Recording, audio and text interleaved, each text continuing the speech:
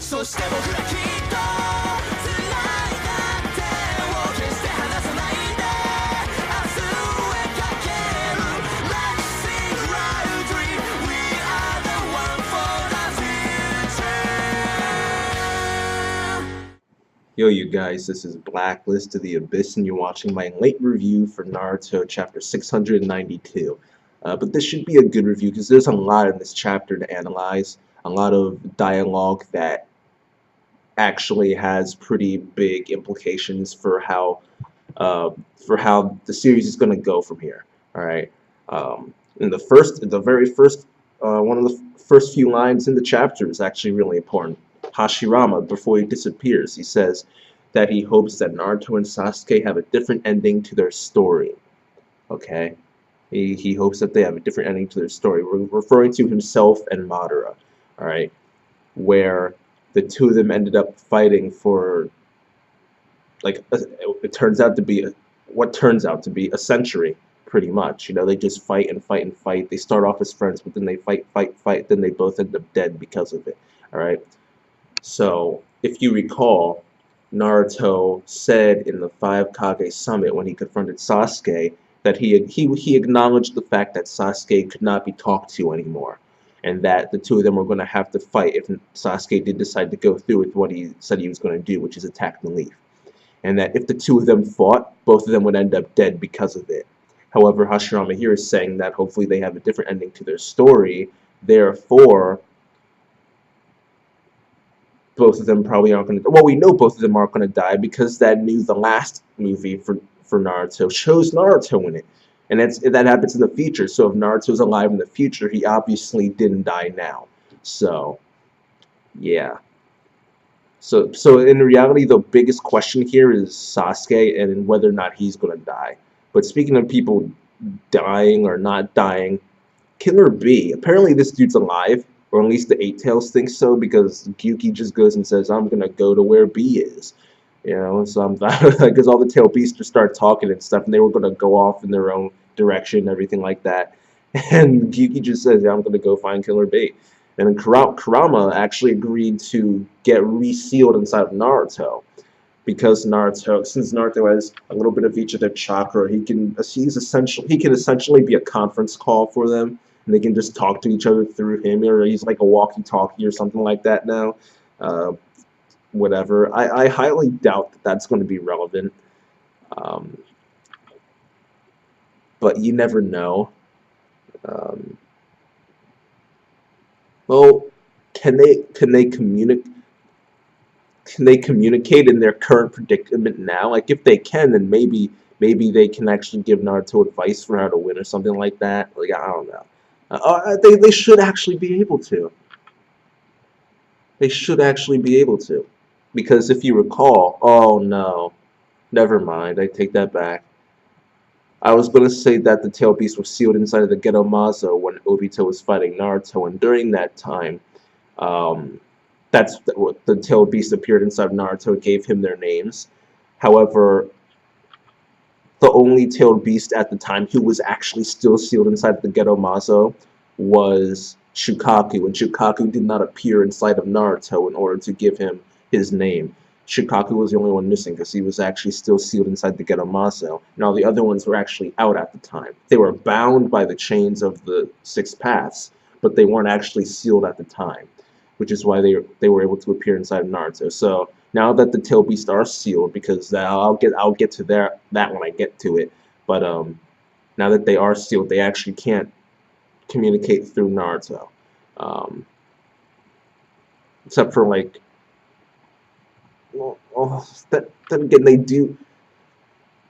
These tail beasts and their chakra being split up and stuff like that. Kurama is still technically inside of Naruto, half of him at least.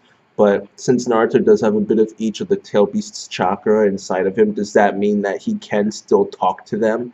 Like, do those, like, the bits of chakra that he has of them, I guess, create mini tailed beasts that he can talk to? Do they share the same consciousness as the tailed beasts that are sealed inside of planetary devastation. Like I don't. This whole thing about tail beasts being beasts made of chakra and how you can take half their chakra, but that just creates a second tail beast and all. I don't know about that concept. I'm overanalyzing it at this point. I can tell I'm overanalyzing it. Well, actually no, because when Naruto was fighting Kaguya and they were sealed inside, they were at that point the tail beasts were sealed, but he was still able to communicate with them inside of himself. So yeah, they actually probably can. They actually probably can still talk to Naruto even though they're sealed inside of planetary devastation. Uh, yeah, okay. So I guess that will be relevant then, since it's possible for during this fight for him to actually communicate with the Tail Beast. But okay, whatever. I've talked about that for way too long. The point is that the Tail Beast can communicate through Naruto now. Right? That's the point in all that. All right. Now Hagoromo, if you recall Hagoromo, when he was giving Sasuke and Naruto the power of the six paths, he asked them questions and like wanted to know their answers and stuff like that, and he asks them if their answers have changed.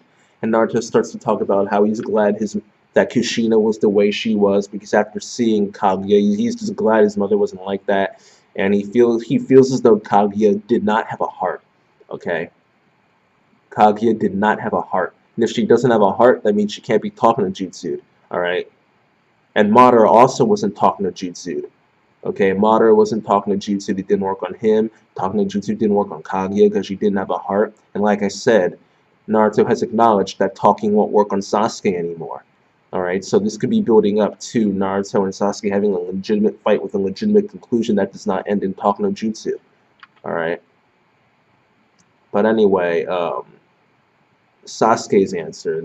Oh man, his answer. Oh man. Hagoromo brings up the fact that both Naruto and Sasuke are needed to undo Infinite Tsukuyomi. Naruto gets yes the power of the Tail Beast to Sasuke because he has the Rinnegan, but Sasuke says no, no, no, no, no. I'll undo Infinite Tsukuyomi after I execute the Kages. All right, this dude went like full-on evil mode. All right, I kept telling people Sasuke wasn't good. I kept telling them that. Alright? Go back and watch my Shippuden review. I even said it there. This dude is not evil. This guy is not good. At best, he's Danzo. Alright? At best, he's Danzo. This guy is not good. I said it. I literally said it in my Shippuden review. Okay? Like, go check my review for episode 375. I said it there too. Sasuke is not good. Alright? At best, he's Danzo level, and he proved it here. Alright? So, he ends up saying he's going to execute the 5 Kages, and Kakashi, him and Sakura were surprised. They were shocked. Kakashi had his eyes were wide. He had exclamation points everywhere. Sakura was like, "What?" She had a question mark. They just did not know what was going on. They didn't see it coming at all. But Naruto, this dude Naruto, he saw that coming from a mile away. You could tell by the look in his eyes. You could tell by the look in his eyes. This guy was not fazed at all by it. He just like Hagoromo, he saw it coming. He saw it coming because Hagoromo said he saw it coming too. He was just hoping that it didn't happen, but it did. But Naruto, this dude saw it coming too because he was not surprised in the least. He was not surprised in the least. Okay, he knew that crap was going to happen. All right, he knew that crap was going to happen. All right, and Sasuke didn't stop there. All right, like I briefly mentioned before. He used planetary devastation on the tail beast in order to seal them all. Alright. But before that he actually took control of them using Genjutsu, just by glancing at them. Boom, boom, boom, boom, boom, that's it. they were all controlled by his Sharingan. Alright, then he used planetary devastation, Chibaku Tensei, alright, on each one. Right? Some people might say, how can Sasuke use planetary devastation? He wasn't around. Like, what? That doesn't make sense. He never saw pain and blah, blah, blah. But you got to realize that they literally just used planetary devastation on Kaguya, all right? He knows the technique. He knows the technique. They just used it. Like, it was taught to them by freaking Hagoromo. All right, so he knows the technique. Naruto can't do it on his own because he doesn't have the Rinnegan, but Sasuke does, so he can. Alright. And if I recall, did Madara do it once too? I don't remember. No, whatever, not a big deal.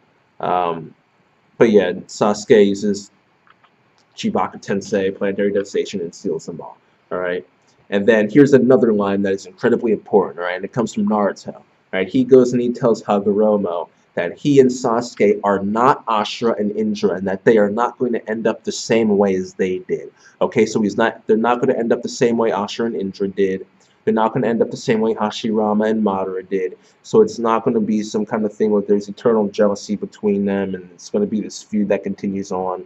It's not going to be this thing where they both fight until they both die. All right. And as a matter of fact, Naruto says at the end of the chapter, he says at the end of the chapter that he's going to end the brothers' feud. Okay. He's going to end the brothers' feud. Right. And the only way he can end the brothers' feud is to prevent Indra from being reincarnated, separate from Ashura. Okay. So if here's the way this is gonna go. If Naruto kills Sasuke, then Indra gets reincarnated as someone. All right, the brothers' feud does not stop. So I do not think that while it would, well, it's possible that Sasuke may die, but at the very least, my theory here is that just like how Naruto did it with Kurama, just like how the Shinobi Alliance did it with Obito, I think that Naruto is going to have maybe like a tug of war or something with Sasuke and takes Sasuke's chakra from him, specifically the chakra from Indra, okay? Because the thing that makes Sasuke the reincarnation of Indra is the fact that he has Indra's chakra within him, okay? If Naruto absorbs Indra's chakra and combines it with Ashura's, then even if Sasuke dies, Indra doesn't get reincarnated. Okay? Indra will then only get reincarnated once Naruto dies, and then he'll get reincarnated at the same time Ashura does. And my belief is that in a situation like that, they would be reincarnated in the same person. If at all. If they are reincarnated at all, then they'd be reincarnated within the same person. Alright, so then the brothers' feud would end. That's how I see it. But other than that, I don't see how the brothers' feud could end, other than Naruto somehow convincing Sasuke to stop his mission to reform the ninja world and start a revolution. Okay? Which, for the record, makes perfect sense. So many people are saying that it makes no sense for Sasuke to do this. I don't understand, though. The guy said it in the beginning of the series. Literally, beginning of the series. When Team 7 first met, they all got together, they did their introductions. Kakashi asked them what their goals were. And Sasuke said, "My goal is to avenge and restore my clan." This dude has been focusing on avenging his clan the entire series, and then Itachi told him, "You've done enough. You've done enough. You have avenged the clan. You've done enough." Alright? So, he stopped trying. He's decided to focus on the other part of his goal. Okay, now he's focusing on restoring his clan. But people gotta realize, what the Uchiha have done nothing but cause trouble. Whether it be having wars with the Senju, or causing trouble after the Leaf was formed. Tobirama had to push them to the outskirts of the village. Once they did that, Tobirama created a self-fulfilling prophecy that essentially made the Uchiha continue being bad, to the point where everyone started to hate them, and they decided to plan a coup d'etat. And because of that coup d'etat they were going to plan, Itachi had to go and kill them all, exterminate the entire clan, and then he goes and joins a criminal organization, and Akatsuki becomes a rogue ninja and a world-renowned criminal.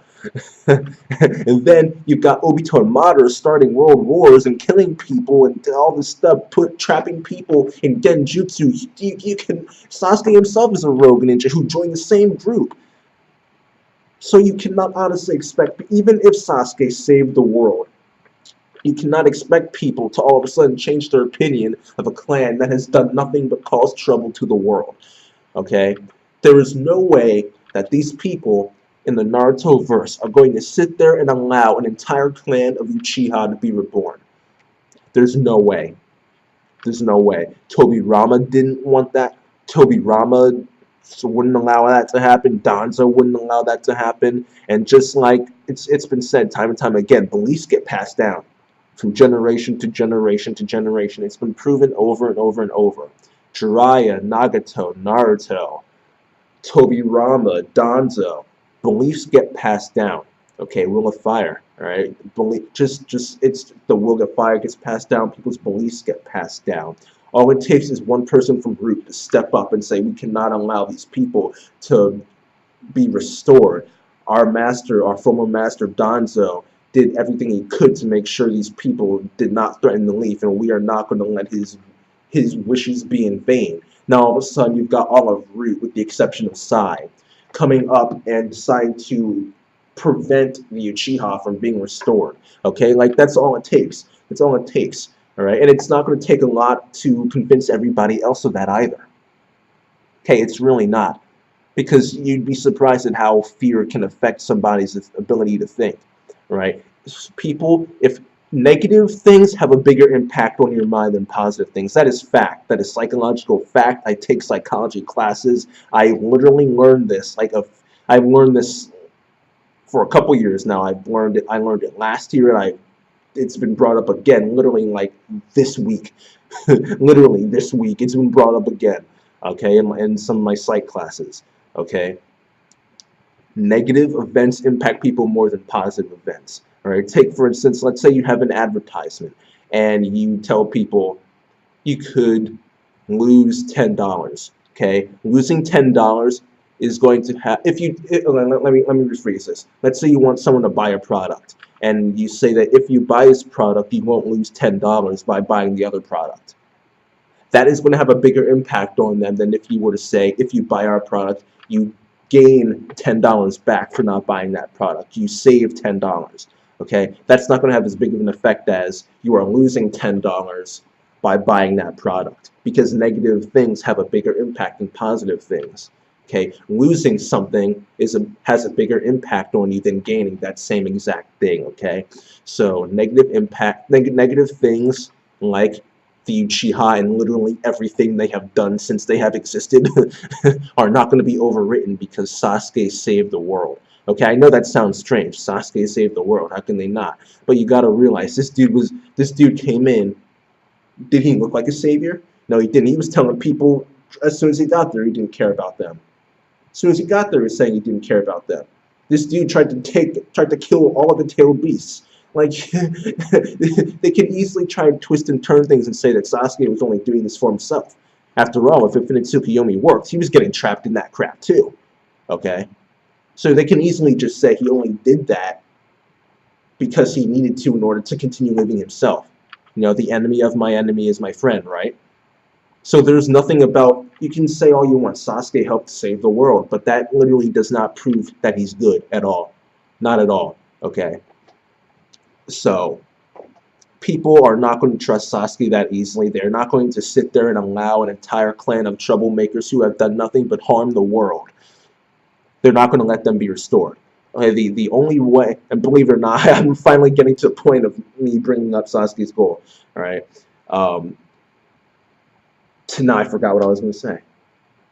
Okay, no, I don't remember. Okay, the only way Sasuke is going to get his clan restored is if he gets into a position of authority where he can prevent everybody from preventing his clan from being restored. He will force people to accept it, right? Like becoming Hokage or becoming feudal lord or something along those lines. Okay, he does that. No one can stop him. All the villages are allied now, right? The 5 major villages are all allied together, right? You think that all the other 4 villages are going to declare war on the Leaf because Sasuke becomes Hokage? They're not going to do that. They all have friends in the Leaf now. They like everybody in the Leaf except for this one guy. They're not going to declare war on the Leaf just to get him, just to get Sasuke. You know, like like that just doesn't make sense. You know, it just doesn't. So. I mean, then again, the Raikage is reckless, so he might say like it doesn't matter, you know, greater good, blah blah blah. But when it comes down to a majority vote, that crap ain't going down. All right, that crap ain't going down. So that's that. I've heard some people say Sasuke can go create his own village like Orochimaru. What? Since when did Sasuke become a master of disguise like Orochimaru, where he can take people's faces and then just not be noticed at all? Alright? Seriously. This dude walked into the Chunin exams, no one recognized him, because he was taking people's faces and crap. Like, you think Sasuke's going to take people's faces? No. The only thing he can do is use genjutsu on people and make them disappear. Or maybe he makes them go back to the village and has them give false reports. But after a while, that's going to get real suspicious.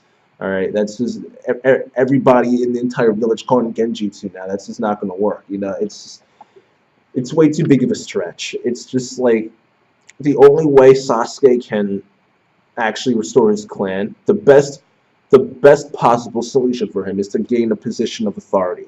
All right. However, not only does he have to do that, he has to prevent the clan from being exterminated like it was in the past. Okay, as long as the Kages, as long as people like Gonzo, who are reasons for why the flaws of the ninja world are still around, as long as they exist, there's nothing stopping another person from coming around trying to exterminate the Uchiha. You know, like there's nothing stopping that. Okay. Sasuke himself talked about how the Kages were responsible for all the things that were wrong with the world. Okay, he says he's going to reform it. He says he's going to cause a revolution. He's stated in the past the Kages are the reason for all of this happening. Okay, and it's true. It's true. All right, they're the ones who progressed the flaws of the world, and he's going to reform it so that things like this do not happen again. Okay, he's going to reform it so that his clan, well, when I say things like this, I don't mean like world war and crap like that. Naruto's the one that cares about world peace. Sasuke just cares about his clan being restored. Alright, he just wants to do whatever he can to ensure that his clan can be restored, and with the highest probability of success. Alright, and one more reason why Sasuke can't go and create his own village. If people do attack, then like, you know, like, what's he gonna do? Like, what's he gonna do if he has a wife that's pregnant or is giving birth? You know, who you can say, oh well, Sasuke's OP, one of the strongest characters in the series. So, Obito is weaker than Kakashi. He still kidnapped Naruto. He still got Minato and Kushina killed, even though he was weaker than both of them, because he had a good strategy. if Sasuke's wife or girlfriend or fiance or whoever, all right, is giving birth or pregnant or something, they're vulnerable. All right, it's you know, and he could end up. It's just no. Right, history. Those who fail to learn from history are doomed to repeat it. Okay, that ain't gonna fly. That's just not gonna work. All right. But anyway, I've talked for so long about this point. But yeah, that's why all this makes sense. That's why Sasuke doing this makes sense. Okay. It makes sense for it. It just does, right? Notice how he's not saying I'm just going to kill everybody. You know, he's just saying the Kages, because they're the ones responsible for all this mess. They're the ones responsible for letting things get to this point, and they're the ones who are most likely to prevent my clan from being restored. And at the end of the day, that's what I care about the most, right? So there you go. And also, again, my theory is that whether or not Sasuke dies is still up in the air, but at the very least, I think that Naruto will take Indra's chakra away from Sasuke. Then yeah, that's that, you guys. Long review, late review. Hopefully, it was worth it because there's a lot of information in this review. So yeah. Overall, as for a rating for the chapter, I will give this chapter a 9 out of 10. And I think it was a great chapter because this was the most story development / progression we've gotten in a while. Like, I guess since Kaguya came back, but even then, that arc is just disappointing. So I mean, actually, no, this is even more story progression than that, because this is something that's been built up for a long time. The seeds of this were planted back in the beginning of the series when Sasuke said my goal was to avenge and restore my clan, and the seeds have been growing ever since. ever since. This is something that's been built up time and time again. Even in the war, it was still being built up. When Sasuke did say he wanted to kill all the tail beasts, and Naruto said, "No, I'm not letting you do that." It was, and Sai was talking to Sakura about how this guy is just not trustworthy. Jugo is saying, "I have no clue what this kid is planning." It's been built up time and time again. All right, so people say it doesn't make sense. They're the ones that don't make sense. All right. But yeah, it's been built up for a while. And this was a ton of story progression, the most we've gotten in a long time, and it deserves a 9 out of 10. Plus, it was executed well. It all makes perfect sense. The little things that a lot of people probably don't notice, like the fact that Naruto completely saw this coming from a mile away. Things like that. Um, yeah, I'll give this chapter a 9 out of 10. I thought it was great. Don't think Sasuke's getting talking to Jutsu either, because Naruto already said Sasuke cannot be talked to at this point. He can't be talked to, and he saw all of this coming, so he knew it was going to come to this. And he never once attempted to talk to Sasuke since. He has never once attempted to talk to Sasuke since. It was only when things happened on the fly, like when Sasuke said, "I'm going to kill all the tail beasts," and Naruto's like, "No, you're not. No, you're not. I'm not going to let you." That's the only time. So. Again, I'm just rambling and repeating the same thing over and over again. So I'll just end the review here, 9 out of 10, and that's that, you guys. Rate, comment, subscribe, and I'll see you guys next time.